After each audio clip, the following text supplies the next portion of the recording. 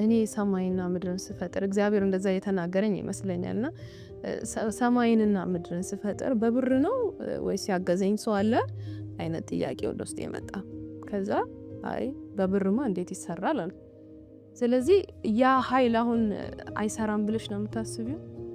ብር ማምጣት የሚችለውን ኢፌክት የሆነ የሰው እውቀት የሰው ጥበብ ማምጣት የሚችለውን ነገር እግዚአብሔር ኃይል ያለነሱ መስራት አይችልም ብለሽ ነው የምታስቢው አይነት ጥያቄ ቀረበልኝ ማለት ነው።